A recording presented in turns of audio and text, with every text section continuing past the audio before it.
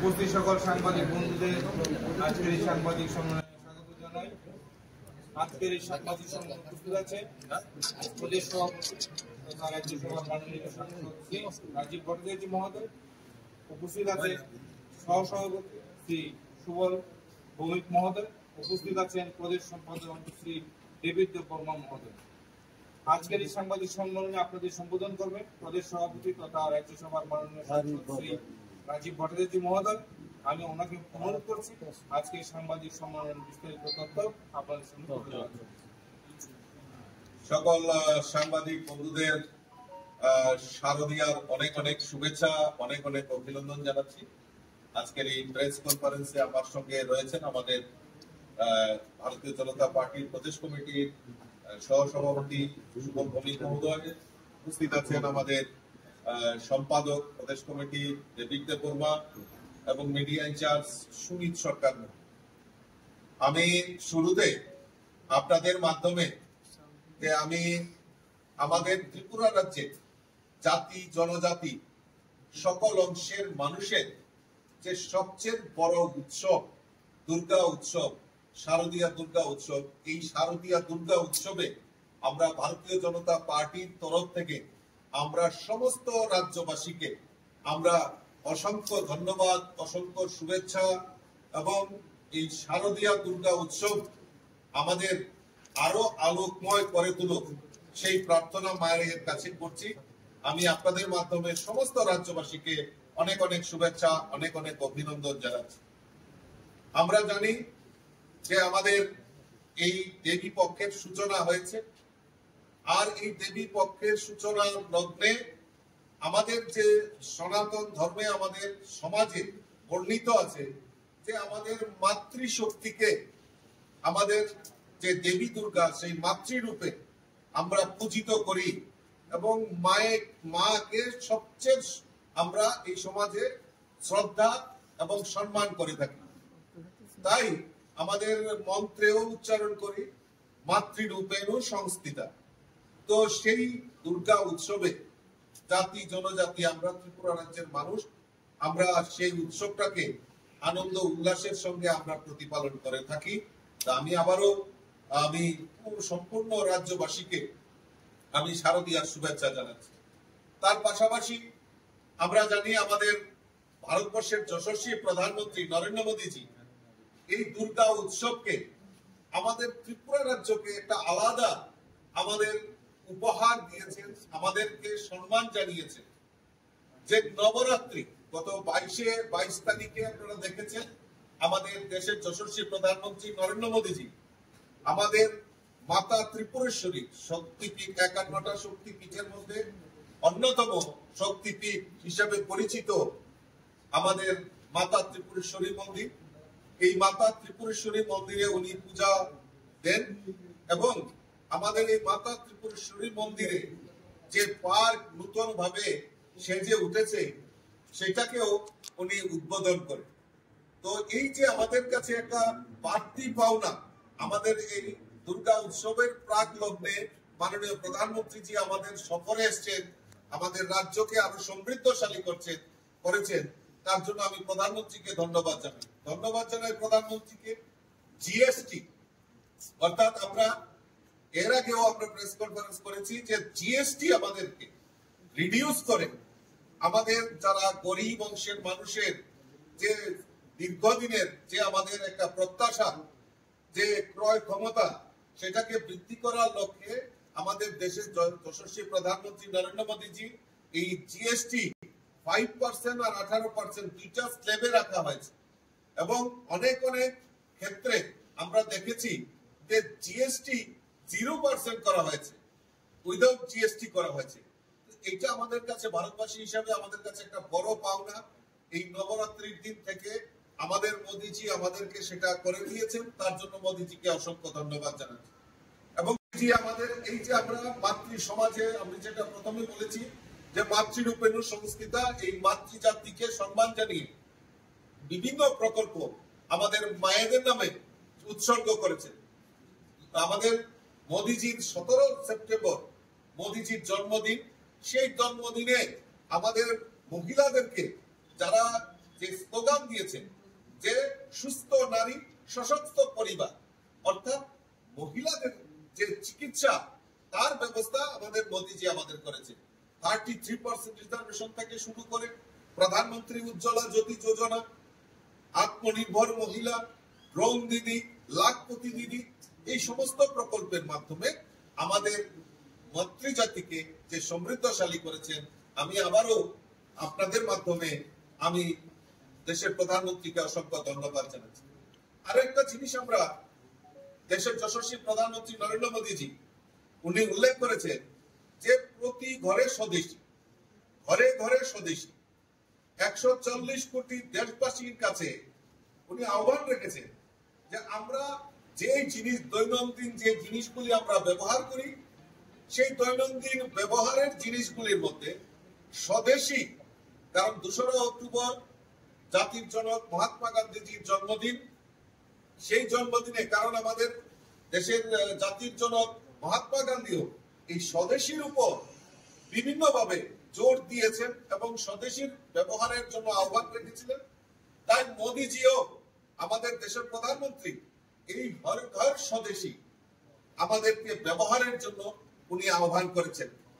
কারণ দেখুন আজকে আমরা ভারতবর্ষের অর্থনৈতিক বুনিয়াদে সারা বিশ্বের মধ্যে 4র্থ স্থানে আমরা পৌঁছে গেছি এবং আগামী দিন আমাদের দেশের প্রধানমন্ত্রী যেটা বলছেন যে আমাদের 3য় স্থানে পৌঁছারও সেই প্রয়াস আমাদের দেশের প্রধানমন্ত্রী করছেন। শুধু বললেই হবে না, আপনাদের সহযোগিতাও দেশের প্রধানমন্ত্রী আহ্বান করেছেন। তাই দেশবাসীর কাছে উনি আহ্বান রেখেছেন যে আত্মনির্ভর ভারত, সেই আত্মনির্ভর ভারত এবং বিকশিত ভারতের কথা যে মোদীজি বলছেন, হর ঘর স্বদেশী, ঘর ঘর স্বদেশী, সেই স্লোগানকে সামনে রেখে যে সমস্ত দৈনন্দিন জীবনে আমরা যে জিনিসগুলি ব্যবহার করি সেগুলি যাতে স্বদেশী হয় তার জন্য আমি আপনাদের মাধ্যমে সমস্ত রাজ্যবাসীর কাছে একটা বিনম্র ভাবে আবেদন রাখছি। এবং আজকে আমরা এই আত্মনির্ভর ভারতের যে মোদীজি আহ্বান করেছেন, আমাদের দেশীয় প্রযুক্তিতে বিভিন্ন গাড়ি থেকে শুরু করে প্রতিরক্ষা ক্ষেত্রে, সামরিক ক্ষেত্রে যে যন্ত্রপাতি আমাদের ব্যবহার হয় সেটা আমাদের দেশের প্রধানমন্ত্রী এবং দেশের প্রধানমন্ত্রীর উদ্যোগে আজকে দেশে প্রযুক্তিতে সেটা নির্মাণ প্রকল্প চলছে। শুধু তাই নয়, আমরা এই এক্সপোর্ট কোয়ালিটিতেও আমরা পরিণত হয়েছি আমরা ভারতবর্ষ। আজকে আপনারা জানেন অপারেশন সিন্দুর, এই অপারেশন সিন্দুরেও আমাদের যে সামরিক বাহিনীরা যে অস্ত্র ব্যবহার করা হয়েছে আমাদের দেশীয় প্রযুক্তিতে, আমাদের দেশের তৈরি সেই হাতিয়ার সেখানে ব্যবহার করা হয়েছে। আর সবচেয়ে বড় অ্যাচিভমেন্ট ব্রহ্মোস মিসাইল, সেটা আমাদের কাছে সবচেয়ে বড়। আমাদের ভারতবর্ষের প্রধানমন্ত্রী সেটা করে দেখিয়েছেন যে আত্মনির্ভর ভারত আর বিকশিত ভারতের দিকে আমাদের দেশ এগিয়ে যাচ্ছে। আমি আপনাদের মাধ্যমে আমি আমাদের প্রধানমন্ত্রীকে অসংখ্য ধন্যবাদ এবং শুভেচ্ছা জানাচ্ছি এই আত্মনির্ভর ভারত এবং এই হর ঘর স্বদেশী যে আহ্বান সেটাকে সারা জাগানোর জন্য। ইতিমধ্যে আমাদের রাজ্যেও এই উৎসবকে কেন্দ্র করে আমাদের রাজ্যের মাননীয় মুখ্যমন্ত্রী ইতিমধ্যে যারা আমাদের সরকারি কর্মচারী রয়েছেন তাদের 3% দিয়ে দেওয়ার কাজ আমাদের রাজ্যের মাননীয় মুখ্যমন্ত্রী সেটা ঘোষণা করেছেন, সেটা বাস্তবায়ন করছেন। এবং রাজ্যের সবচেয়ে বড় যে জিনিস সেটা হলো আইন শৃঙ্খলা, নিরাপত্তা। আজকে আমরা দেখলাম যে বিগত 3 দিন ধরে মানে আমরা ষষ্ঠী থেকে দশমী পর্যন্ত পূজা জানতাম, কিন্তু এখন মানুষের মধ্যে এত উচ্ছ্বাস, মানুষের মধ্যে যে মানে আত্মবিশ্বাস ফিরে এসছে যে না আমরা সুরক্ষিত। সেই কারণে প্রায় তৃতীয়া রাত থেকে দেখলাম যে আমরা পূজার প্যান্ডেলগুলিতে ভিড় জমানো শুরু হয়েছে এবং বিভিন্ন জায়গায় মানুষের যে সমাগম, মানুষের যে আনন্দ উল্লাস, সেটাকে আমরা স্বাগত জানাচ্ছি। মাননীয় মুখ্যমন্ত্রীকে ধন্যবাদ জানাচ্ছি যে উনি এই উৎসবকে সামনে রেখে ইতিমধ্যে আমাদের যে শারদীয়া দুর্গা উৎসবকে সামনে রেখে বিভিন্ন প্রকল্পে প্রায় 50.65 কোটি টাকা ইতিমধ্যে উনি ঘোষণা করেছেন। আমি কয়েকটা আপনাদের সামনে উল্লেখ করে ধরছি।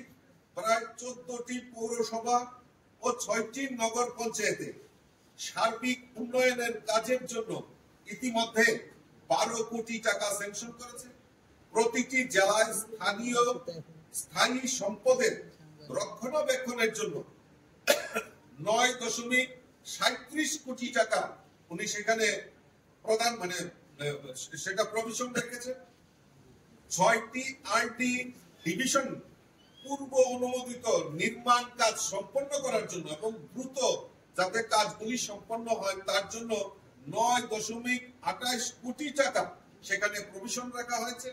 আগরতলা শহরের একাধিক রাস্তা উন্নয়নের জন্য, বিশেষ করে আগরতলা শহরের বিভিন্ন রাস্তা আমরা জানি যে স্মার্ট সিটির মাধ্যমে সেটা হচ্ছে, কিন্তু তার আলাদা সেখানে প্রায় 17.38 কোটি টাকা এই রাস্তাগুলি সংস্কারের জন্য মাননীয় মুখ্যমন্ত্রী সেখানে প্রভিশন রেখেছে। পোষণ প্রকল্পে যারা আমাদের চুক্তির ভিত্তিতে, যারা আমাদের স্কুলে মিড ডে মিল বা বিভিন্ন জায়গায় যারা কাজ করে থাকে চুক্তির ভিত্তিতে কর্মচারী, তাদের গ্রেড বাবদ, বোনাস বাবদ প্রায় 2.62 কোটি টাকা আমাদের মাননীয় মুখ্যমন্ত্রী প্রভিশন রেখেছেন। তো এই যে একের পর এক উৎসবের মেজাজে আমাদের এই রাজ্যের মাননীয় মুখ্যমন্ত্রী বিভিন্ন প্রকল্পের মাধ্যমে গরিব কল্যাণ, মহিলা, যুবক, কৃষক, শ্রমিক তাদেরকে আর্থিকভাবে সহায়তা করা এবং বিভিন্ন প্রকল্পের মাধ্যমে মানুষকে সহযোগিতা করা, সেই প্রয়াস মাননীয় মুখ্যমন্ত্রী করছেন। এবং বিভিন্ন সময়ে আমরা দেখেছি এই রাজ্যের নিরাপত্তা থেকে শুরু করে বিভিন্ন ভাবে বারবার মাননীয় মুখ্যমন্ত্রী একটাই আবেদন করছেন যে এক ত্রিপুরা শ্রেষ্ঠ ত্রিপুরা আমাদের করতে হবে। তাই এই উৎসবের দিনগুলিতে আমরা সবাই মিলিতভাবে, আমরা জাতি জনজাতি সব অংশের মানুষ একত্রিত হয়ে আমরা আনন্দ উল্লাস করব, মায়ের কাছে আমরা প্রার্থনা করব আমরা যেন এই ত্রিপুরাকে সমৃদ্ধশালী করতে পারি আর এক ত্রিপুরা শ্রেষ্ঠ ত্রিপুরা করতে পারি। তার জন্য আমি আপনাদের মাধ্যমে সমস্ত রাজ্যবাসীকে আমি সে আবেদনটুকু রাখবো। আমি ভাবছিলাম যে আমরা হয়তো যে আজকে শুভেচ্ছা বিনিময়, কারণ আনন্দ ঘন আমরা উৎসবের মেজাজে আমরা যাব। উৎসব আমাদের কাছে সবচেয়ে, আমরা বিশ্বাস করি যে উৎসব আমাদের কাছে সবচেয়ে পরম্পরা। সেই উৎসবকে পাথে করে আমি ভাবছিলাম যে কোনো কিছু বলবো না, কিন্তু আমার সামনে একটা দৃষ্টান্ত চলে এসছে। সেই দৃষ্টান্তটা একটু না বললে না হয়। দেখেছি পত্রপত্রিকায় গত 27 সেপ্টেম্বর রাজ্যের একজন প্রাক্তন মন্ত্রী উনি বলছেন সমাজতন্ত্র সম্পর্কে আমাদের মাননীয় মুখ্যমন্ত্রীর ধারণা নেই। উনি উল্লেখ করেছেন, হ্যাঁ, আজকের পত্রিকায় দেখলাম যে সমাজতন্ত্র সম্পর্কে আমাদের মাননীয় মুখ্যমন্ত্রীর ধারণা নেই। আমি সমাজতন্ত্রের যে মানে ওদের কি ধারণা এটা আমি একটু আপনাদের সামনে তুলে ধরছি। আমি ভাবছিলাম যে আমি ওই প্রসঙ্গে যাব না, কিন্তু তবুও তাদের যে ধ্যান ধারণা এটা রাজ্যবাসী কিছুটা জানা দরকার। যে সমাজতন্ত্র সম্পর্কে সবাই জানে, সমাজতন্ত্র সবাই বুঝে, মানুষকে বোকা বানানোর একটা তন্ত্র। তারা কি ডায়লগ দেয়? গরিবকে স্বপ্ন দেখিয়ে গরিবকে আরো কিভাবে গরিব বানানো যায় তার প্রয়াস কিন্তু ওনারা করেছে। আর তারা সমাজতন্ত্রের কথা বলে না, সমাজতন্ত্রের সংজ্ঞা তাদের থেকে আমাদের শিক্ষা নিতে হবে। তারা আগে সমাজতন্ত্রের যে ডেফিনেশন তাদের জীবনে করে দেখা, কিন্তু সেটা করবে না। তাদের নতুন বাড়ি লাগে, নতুন কোয়ার্টার লাগে, নতুন ইনোভা গাড়ি লাগে, স্পেসিফিক করে উল্লেখ করে দেওয়া হবে যে ইনোভা গাড়ি চাই। তো এই যে সমাজতন্ত্রের যে চেহারা, এই সমাজতন্ত্র আমরা আরো অনেক আমাদের কাছে তথ্য রয়েছে, কিন্তু যেহেতু আমি প্রথমেই বলেছি যে আমি সেই প্রসঙ্গে আজকে যাব না, দশমীর পর আপনাদের কাছে সেই সমাজতন্ত্রের যে চেহারা সেটা আমরা তুলে ধরবো। আমাদের কাছে বহু নিদর্শন আমাদের কাছে রয়েছে। তা আমি চাই না যে আজকের দিনে অন্তত পক্ষে, যেহেতু কাল আজকে থেকে আমরা পূজার মৌসুমে চলে গেছি, আনন্দ গণমুহূর্ত, আমরা কোনো পলিটিক্যাল আমরা ডিবেট আমরা চাই না, কিন্তু পূজার পর আমরা এই সমাজতন্ত্র সম্পর্কে আরো বিস্তারিত আপনাদের সামনে তুলে ধরবো। আমি আবারও আপনাদের মাধ্যমে সমস্ত রাজ্যবাসী এবং সমস্ত পলিটিক্যাল লিডার তাদেরকেও আমার ভারতীয় জনতা পার্টির তরফ থেকে আমি আবারও এই শারদীয়া দুর্গা উৎসবের অনেক অনেক শুভেচ্ছা, অনেক অনেক অভিনন্দন জানাচ্ছি। নমস্কার, যতন।